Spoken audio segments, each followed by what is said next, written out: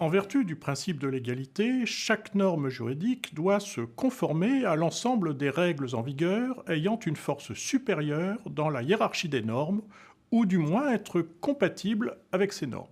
Ce principe est traditionnellement dénommé principe de la hiérarchie des normes, dont la méconnaissance est de nature à engager la responsabilité de la collectivité publique en cause devant les juridictions nationales, de l'Union européenne ou internationale. Des mécanismes de contrôle du respect de la hiérarchie des normes existent. Contrôle de constitutionnalité des lois a priori et a posteriori par le Conseil constitutionnel. Contrôle de légalité par le juge administratif.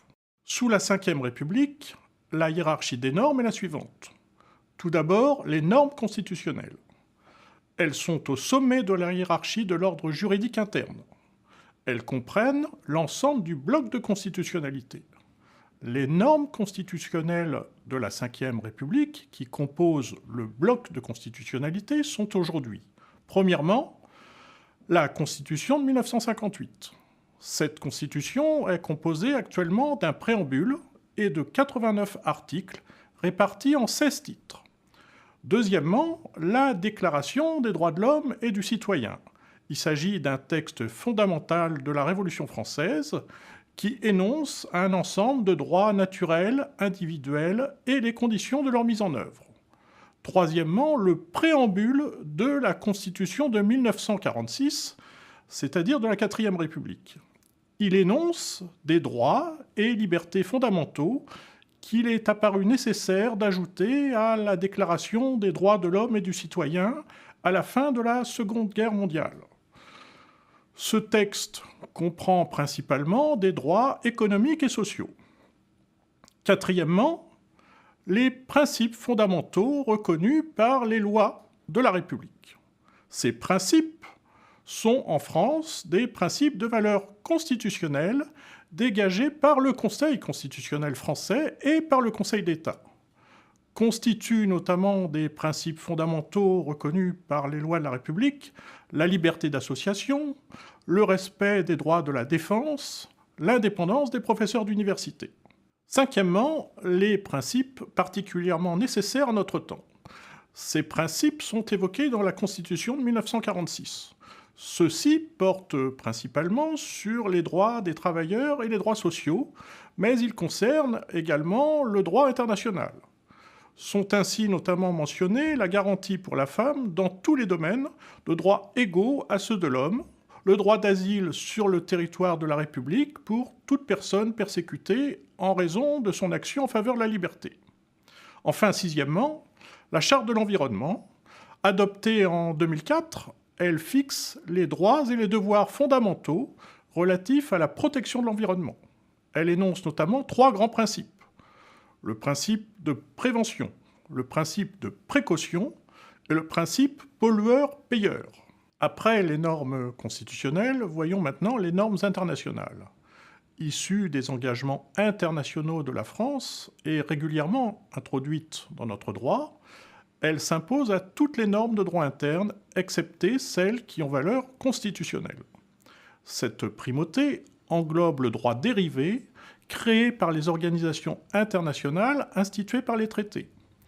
Le droit dérivé des institutions de l'Union européenne, qu'il s'agisse de règlements, de directives, de décisions à caractère réglementaire, y tient une place toute particulière du fait de l'abondance et de la variété des normes qui en sont issues. Abordons maintenant les normes législatives. Le Parlement peut être amené à voter différents types de lois. Premièrement, les lois constitutionnelles en application des dispositions de l'article 89 de la Constitution. Supérieures à toutes les autres lois qui doivent s'y conformer, elles modifient la Constitution. Elles sont adoptées après une procédure législative spécifique par le Congrès ou par référendum. Deuxièmement, les lois référendaires en application des dispositions de l'article 11 de la Constitution. Ce sont des lois adoptées par référendum, à l'initiative du président de la République, sur proposition du gouvernement ou des 2 assemblées lorsqu'il s'agit d'un projet de loi, ou à l'initiative d'un 5e des parlementaires soutenue par 1/10 des électeurs inscrits sur les listes électorales, il s'agit dans ce cas d'une proposition de loi. Troisièmement, les lois organiques prévues par les dispositions de l'article 46 de la Constitution. Les lois organiques sont des lois prises dans des domaines limitativement énumérés par la Constitution pour en déterminer certaines modalités d'application. Une majorité absolue des membres de l'Assemblée est requise pour leur adoption en cas de désaccord du Sénat. Mais son accord est obligatoire pour les lois organiques qui le concernent. Le Conseil constitutionnel est automatiquement saisi des lois organiques. Quatrièmement, les lois ordinaires. Les lois ordinaires interviennent dans les domaines de la loi définis à l'article 34 de la Constitution et sont adoptées à l'issue de la navette parlementaire. Parmi elles, certaines ont un statut spécifique. D'une part, les lois de finances et les lois de financement de la sécurité sociale. Les premières déterminent les ressources et les charges de l'État, et les secondes déterminent les conditions générales de l'équilibre financier de la sécurité sociale. D'autre part, les lois autorisant la ratification ou l'approbation de traités ou accords internationaux définis par les dispositions de l'article 53 de la Constitution. Cinquièmement, les ordonnances. L'ordonnance est, en vertu de l'article 38 de la Constitution, une mesure prise par le gouvernement dans des matières relevant normalement du domaine de la loi. Assimilées à des décrets, les ordonnances entrent en vigueur dès leur publication. Elles ne prennent valeur législative qu'après avoir été ratifiées par le Parlement dans un délai fixé. Venons-en maintenant aux normes infralégislatives qu'on appelle normes réglementaires. Premièrement, les décrets.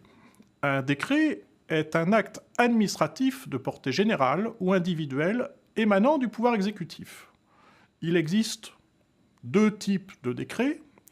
Les décrets d'application, qui précisent les modalités d'application d'une loi, et les décrets autonomes, pris sur le fondement de l'article 37 de la Constitution de 1958, qui attribue une compétence générale au règlement, la loi jouissant d'une compétence d'attribution sur une quantité de matière limitativement énumérée à l'article 34. Les décrets réglementaires sont hiérarchisés entre eux. On trouve en premier lieu les décrets délibérés en Conseil des ministres. Ce sont les plus importants. Ils sont signés par le président de la République. Viennent ensuite les décrets en Conseil d'État, signés par le Premier ministre. Ils sont obligatoirement soumis pour avis avant leur édiction au Conseil d'État. Enfin, les décrets simples, eux aussi pris par le Premier ministre, constituent le décret le plus fréquent d'exercice du pouvoir réglementaire. Deuxièmement, les arrêtés. Les arrêtés sont des actes administratifs unilatéraux. Ils émanent d'une autorité administrative autre que le président de la République ou le Premier ministre. Il peut s'agir des ministres, des préfets, des maires, des exécutifs, des collectivités territoriales et des EPCI. Ils peuvent être réglementaires lorsqu'ils posent une règle générale. Par exemple, un arrêté municipal interdisant le stationnement ou individuel comme la nomination d'un fonctionnaire. Enfin, troisièmement, les circulaires. La circulaire est un texte qui permet aux autorités administratives, ministres, recteurs, préfets, d'informer leurs services. Elles interviennent généralement à l'occasion de la parution d'un texte, une loi, un décret, et elles sont destinées à exposer l'état du droit résultant de la loi ou du règlement.